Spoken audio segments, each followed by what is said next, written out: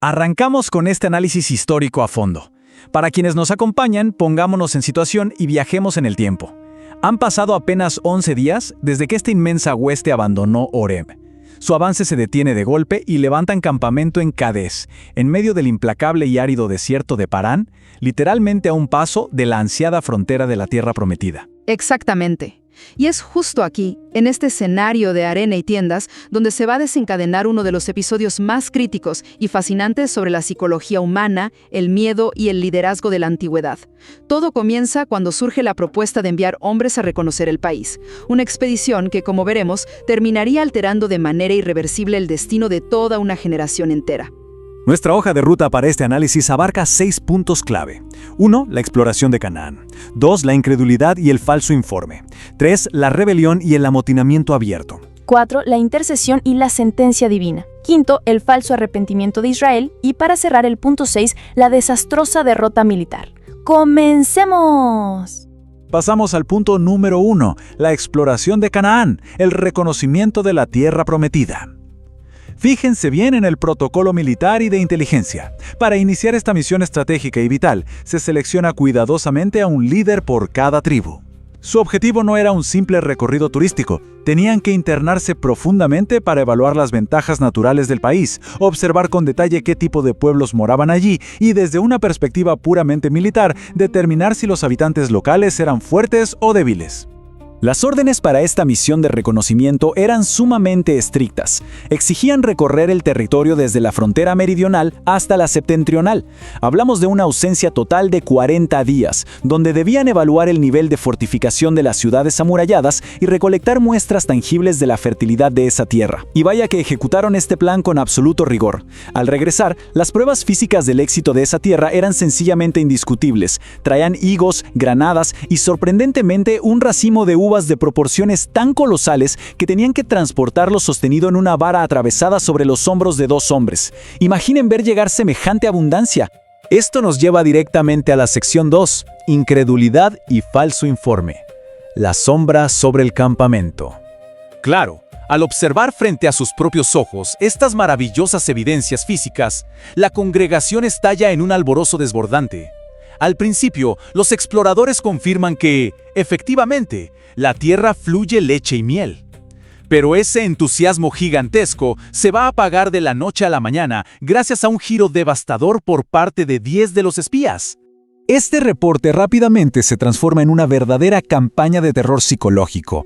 Empiezan a detallar peligros extremos, asegurando que las ciudades eran inmensas, inexpugnables, y hablan con terror de la imponente raza de los gigantes de Anak. Y rematan toda esta presentación con una afirmación tajante y lapidaria. La tierra por donde pasamos para reconocerla es tierra que traga a sus moradores. Detengámonos ahí. Es una contradicción total. Una tierra capaz de producir frutos de tamaño extraordinario no puede tener al mismo tiempo un entorno mortífero. La exageración y el pánico habían nublado por completo su conexión con la realidad. En ese instante crítico, vemos cómo opera la mente humana bajo presión. Una espiral de desaliento masivo devora a la nación entera, cediendo el terreno a una influencia destructiva, un engaño profundo. Observemos este colapso en 3 pasos. Primero, sufren un olvido total de la omnipotencia divina. De pronto, el milagro de haber cruzado el Mar Rojo queda borrado de su memoria. Segundo, se apoderan de una sensación de cobarde desesperación, donde el pánico absoluto sustituye cualquier rastro de esperanza. Y tercero, dirigen su ira y acusan directamente a sus líderes, razonando erróneamente que la victoria dependía única y exclusivamente de la superioridad de sus propias armas físicas. Mientras el llanto de angustia amenazaba con ahogar todo el campamento, la figura de Caleb se levanta imponente para frenar esta infección psicológica. Y presten atención a esto, él jamás negó los hechos. Aceptó que las murallas eran ciertamente altas y que aquellos habitantes eran fuertes, pero su enfoque estaba anclado en una realidad infinitamente superior. Exacto, con una autoridad y una convicción impresionantes, logró que ese mar de gente desesperada callara. Y allí, a viva voz, declaró con vehemencia: subamos luego y poseámosla, ¿qué más podremos que ella? Una inyección de fe y liderazgo en el momento más oscuro. Pero tristemente entramos a la sección 3, rebelión y mutiní abierto, la noche de los lamentos. ¿Y es que la cordura ya había abandonado por completo a la congregación? Los 10 espías infieles interrumpen bruscamente el llamado a la valentía de Caleb. Alegan, completamente consumidos por el pánico, que al lado de aquellos gigantes ellos parecían simples langostas. Esta obstinación desata el caos absoluto. Toda la hueste comienza a dar voces, sumergiéndose en una tormenta de lamentos y franca rebelión a lo largo de aquella fatídica noche. Es increíble analizar a qué nivel de irracionalidad puede llegar una multitud asustada. Las exigencias de este amotinamiento revelan una hostilidad profunda. Comienzan con lamentos quejándose por no haber muerto en Egipto. Peor aún, lanzan acusaciones directas de engaño contra el Altísimo. Y llegan al extremo absoluto. Hacen una propuesta formal para nombrar un nuevo capitán con la clara intención de regresar a Egipto. Así es, estaban literalmente dispuestos a abandonar toda su libertad y volver a cargar las cadenas de la esclavitud por el simple terror a enfrentar un obstáculo.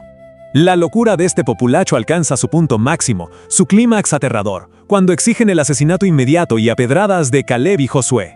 En respuesta, vemos a Moisés y a Aarón cayendo sobre sus rostros en la arena, sumidos en una angustia indecible. Caleb y Josué rasgan sus vestiduras, intentando en un acto desesperado calmar la tempestad, pero nada funciona. La masa, totalmente enloquecida, recoge pesadas piedras y se prepara para ejecutar a sangre fría a las únicas dos voces de verdad, fe y obediencia que quedaban en pie. Y justo cuando todo parece perdido, una luz fulgurante, cegadora, irrumpe súbitamente en el tabernáculo. La majestuosa gloria de la presencia divina paraliza en seco a los asesinos. En la fracción de segundo en que la masacre estaba a punto de consumarse, las pesadas piedras caen de las manos de la multitud. Un terror absoluto, sobrecogedor y un silencio completamente sepulcral envuelven el campamento. Un poder inmensamente superior se acaba de revelar, forzando a los 10 espías infieles a retroceder y arrastrarse llenos de pavor de vuelta a sus tiendas. Esto marca el inicio de la sección 4, Intercesión y Sentencia Divina, el juicio en el desierto. Tras esa abrumadora intervención, la multitud queda expectante mientras Moisés se adentra en aquel resplandor aterrador para enfrentar el juicio. Allí se comunica que la ira divina está lista para actuar. La constante rebelión exige la destrucción total de la nación. Aquí presenciamos una de las más grandes lecciones de liderazgo registradas. A Moisés se le ofrece convertirse en el padre de un pueblo nuevo y muchísimo más fuerte, reemplazando a esta generación rebelde. Pero él rechaza cualquier tipo de engrandecimiento a costa de su gente. Él no pierde el tiempo intentando argumentar la inocencia del pueblo, porque francamente su iniquidad era innegable a estas alturas. En su lugar, apela directamente a una clemencia inagotable. Suplica con enorme fervor: perdona ahora la iniquidad de este pueblo según la grandeza de tu misericordia. 40. Ese es el número que sella irrevocablemente su destino. La profunda intercesión de Moisés efectivamente detiene la aniquilación inmediata, pero la justicia dicta una sentencia sumamente severa por su persistente y amotinada cobardía. La sentencia es demoledora. 40 años de vagar sin rumbo por el inclemente desierto. Es un año de castigo por cada día que duró la exploración fallida de los espías. Nos enseña cómo el tiempo que perdemos dudando muchas veces se multiplica en años de doloroso retroceso. El veredicto es final. Todos los mayores de 20 años caerán muertos en ese desierto, exceptuando, por supuesto, a Caleb y a Josué.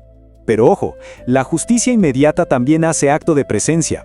Los 10 espías infieles son fulminados y aniquilados por una plaga repentina justo frente a los ojos de toda la congregación. Al presenciar el final trágico, repentino y macabro de aquellos mismos líderes en los que habían depositado su confianza equivocada, la multitud se ve obligada a leer su propia e ineludible condena.